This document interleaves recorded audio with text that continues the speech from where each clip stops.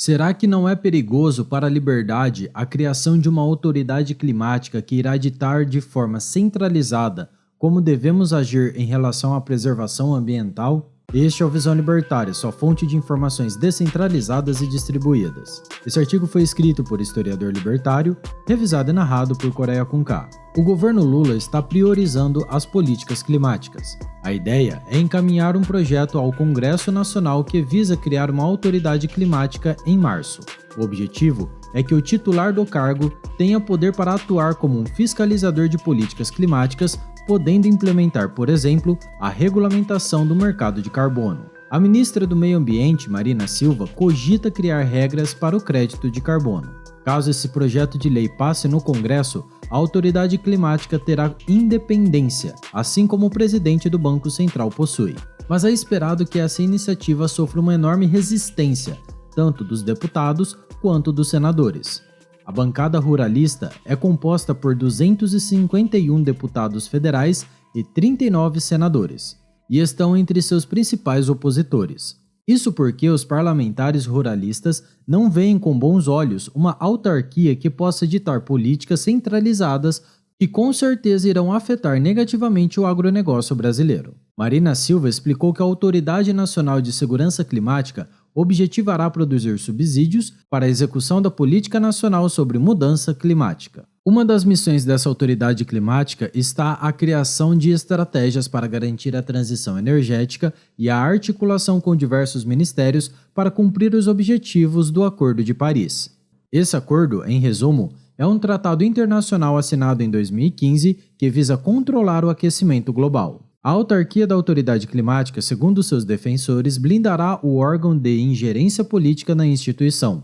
Além disso, a futura instituição teria uma estrutura mais robusta, que assegurasse sua independência em relação ao Ministério do Meio Ambiente, dando-lhe autonomia administrativa, técnica e orçamentária. Mas você pode estar se perguntando, o que é crédito de carbono? Desde a Revolução Industrial, as emissões de dióxido de carbono cresceram exponencialmente, devido à queima de combustível fóssil. Mas existem também fontes naturais de emissão de gás, como decomposição, produto liberado pelo oceano e a respiração dos seres vivos. Alguns pesquisadores alegam que o aumento no volume dos gases do efeito estufa, sobretudo o gás carbônico, pode influenciar no aumento da temperatura média do planeta. No entanto, outros pesquisadores dizem que as variações da temperatura global e as concentrações de CO2 não estão relacionadas entre si. Mesmo que alguns deles cheguem a dizer que o homem é o maior emissor de gás carbônico, outros afirmam ser a natureza, sua maior emissora. De toda forma, devido a uma enorme histeria criada pelos defensores do aquecimento global,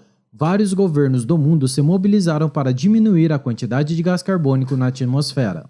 E no ano de 1992, a ONU propôs um tratado internacional para combater as mudanças climáticas. No ano de 1997, foi criado o Protocolo Kyoto, cuja função é de colocar em prática as ações decididas pela ONU. Esse protocolo resultou num acordo internacional que determina que os países assinantes reduzam a emissão de gases poluentes. Caso um país emitisse mais gás carbônico do que tinha permissão, poderia negociar com um país que emite menos para comprar o direito de poluir. Assim, esse protocolo iniciou o mercado de crédito de carbono. Mas cabe lembrar que quando foi implementado o Protocolo Kyoto, somente os países desenvolvidos foram obrigados a diminuir suas emissões. Isso fez grandes sociedades como a China e a Índia ficarem de fora, além dos Estados Unidos, que não assinou o tratado. E no ano de 2015, os 196 países que participaram do Acordo de Paris concordaram em reduzir o aquecimento global em menos de 2 graus Celsius. Já faz anos que países como Japão, Portugal, Eslovênia, Reino Unido e África do Sul cobram impostos em carbono emitido pelas empresas, por exemplo. Cada crédito representa uma tonelada métrica de dióxido de carbono removida da atmosfera. E as empresas que não conseguem ou que não querem reduzir suas emissões num curto prazo de tempo,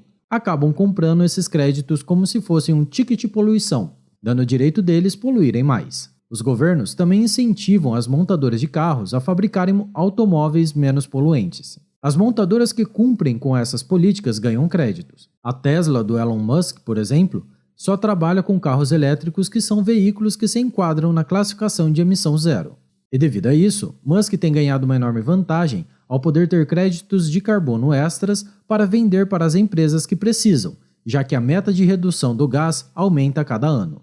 Existem estimativas que esse mercado pode chegar a 100 bilhões de dólares até 2050. De toda forma, apesar do mercado de carbono ter alcançado grandes proporções e ter adeptos em vários países, nossa atenção como libertários deve estar focada em outra questão, sobre a legitimidade de os governos de vários países quererem ditar de cima para baixo como serão as políticas ambientais, que muitas vezes violam o consentimento de pessoas e suas empresas. Analisando o histórico de intervenções estatais e os inúmeros planos mirabolantes que deram errado, devemos ter precaução com relação às políticas ambientalistas e o histerismo generalizado criado pelo aquecimento global. A verdade é que os governos de vários países sempre falharam em preservar suas próprias florestas. Portanto, como eles terão êxito num plano megalomaníaco de reduzir a emissão de carbono em todo o mundo? Os políticos também falharam em combater a caça de animais e evitar a sua extinção. Então, por que deveríamos acreditar cegamente que conseguirão enfrentar o aquecimento global? E por que permitiremos que decidam por nós o que deve ser feito?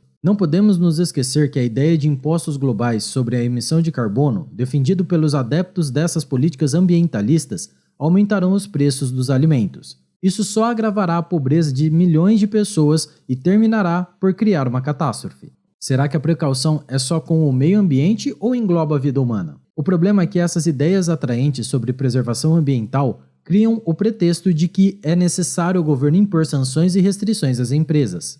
Isso com certeza pode ser usado como um instrumento autoritário de controle sobre a sociedade. Portanto, não faz sentido adotarmos qualquer política sem sólidos estudos e esclarecimentos, ao ponto de cometermos um suicídio civilizacional para salvar o planeta. O economista libertário Murray Rothbard já revelou em suas obras que são a instituição da propriedade privada e o mercado capitalista que trazem os melhores incentivos de preservação. Afinal, a proteção do meio ambiente não é apenas um problema moral, mas afeta a economia e o bem-estar da sociedade, podendo trazer enormes oportunidades de ganho. É claro que a poluição ambiental causa sérios impactos sobre a saúde humana e na qualidade de vida, mas as pessoas sempre têm melhores incentivos do que os governos. Basta que o direito de propriedade privada seja instituído e protegido, que o dono terá todos os motivos para preservá-la, já que ele será responsabilizado e recompensado sobre como cuidará de seus recursos. Porque o dono de uma fazenda, por exemplo, iria querer destruí-la. E caso preservados, os parques e florestas só trarão oportunidade de lucro ao proprietário, seja com turismo ou a criação e venda de animais. O verdadeiro problema é manter o governo como proprietário das terras, sejam florestas ou parques naturais. O Estado, infelizmente, detém a maioria dessas terras. Por isso, não é de fato um proprietário privado responsável pelos custos e benefícios da preservação ambiental, devido à propriedade pública. É por isso que o governo permite a exploração excessiva de recursos naturais, pois seu incentivo é em maximizar sua receita por concessões de exploração ou impostos sobre extração de recursos. Além do fato de que grupos de interesse poderosos que fazem lobby buscam explorar os recursos naturais em detrimento da preservação com a anuência dos políticos. Entre eles estão empresas de extração de recursos, sindicatos ou grupos políticos associados a ONGs. Enfim, é uma insanidade deixar que as principais decisões que afetam nossa vida e todo o planeta estejam na mão de indivíduos que não têm sequer incentivos de preservar florestas. O antigo governo socialista da União Soviética foi responsável pela maior tragédia ambiental do século XX, o que os esquerdistas até hoje não admitem. E se quiserem saber mais, confiram os vídeos. Chernobyl era um desastre esperando para acontecer. E como o Estado conseguiu piorar o que já era ruim, disponíveis aqui no canal. Obrigado pela sua audiência. Se você gostou e só se você gostou, clique no ícone de curtir abaixo e compartilhe em sua rede social. Agora, se deseja ser notificado de outros vídeos, inscreva-se aqui no canal e depois clique no ícone da campainha. Até a próxima, tchau, obrigado.